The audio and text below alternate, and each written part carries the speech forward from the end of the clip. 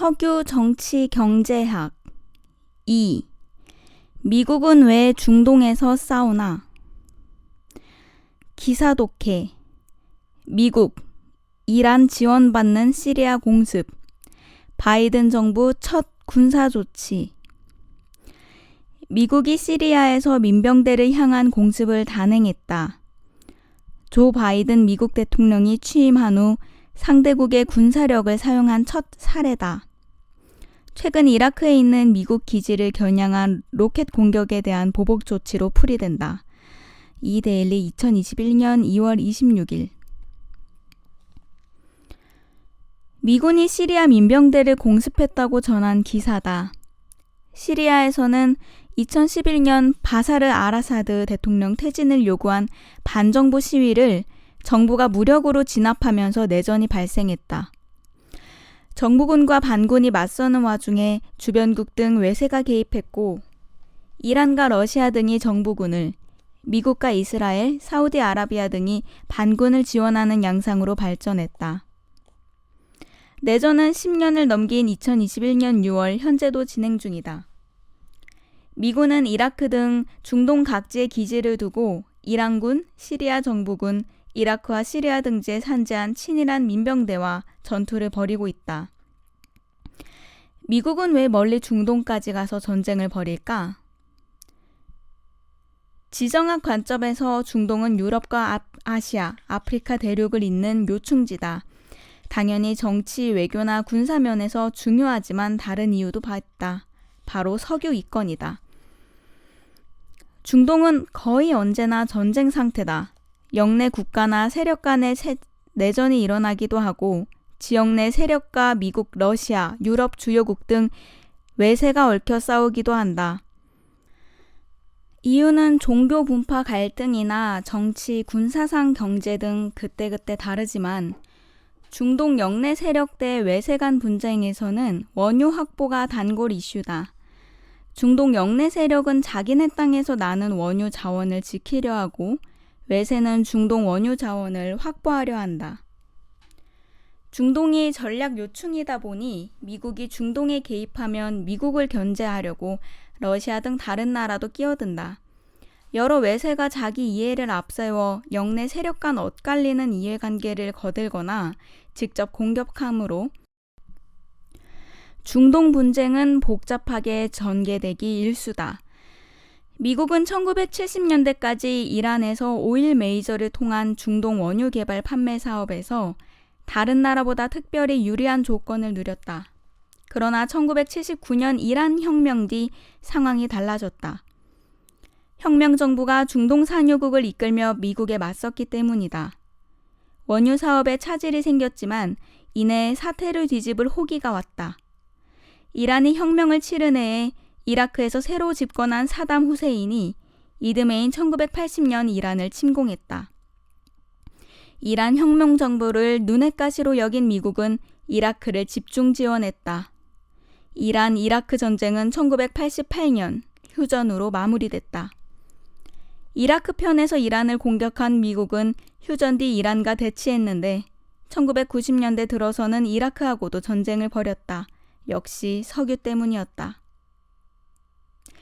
이라크도 이란처럼 이슬람 국가이다. 원유 부국이다. 후세인 집권 전에는 쿠웨이트나 사우디아라비아처럼 친미 정부였고 미국 정유사에 유리하게 원유 거래를 했다. 그런데 후세인 집권 후 상황이 달라졌다. 후세인은 중동에서 이라크 세력을 키운 다음 석유 자원에서 외세를 배척할 속셈이었다.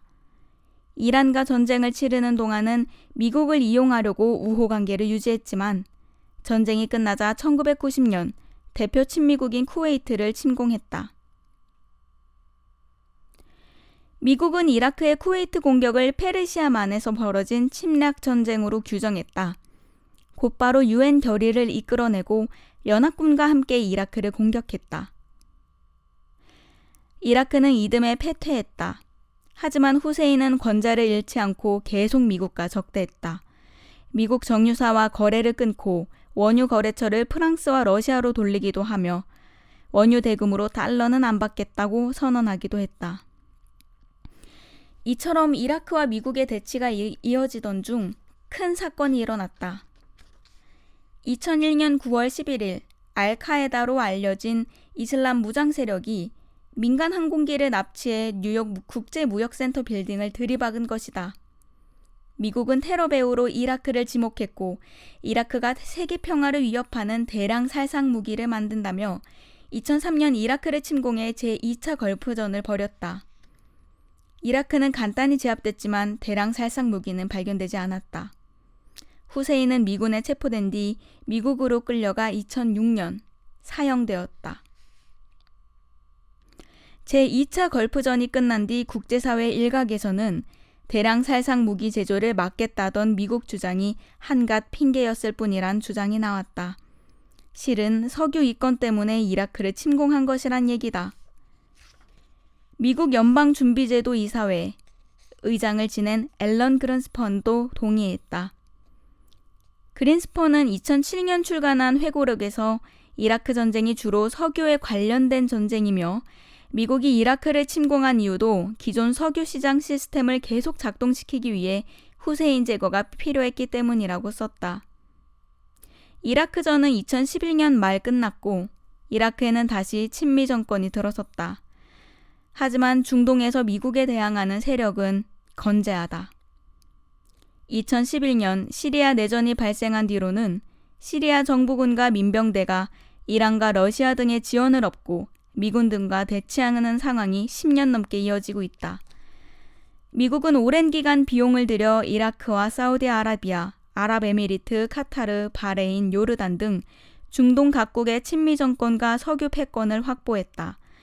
이란과 시리아, IS나 알카에다 같은 반미 이슬람 무장 세력에 밀려 중동에서 물러서면 원유 자원 확보에 차질이 생긴다. 원유가 중동에서만 나는 것은 아니지만 원유 시장에서 중동산 원유가 차지하는 비중이 크다.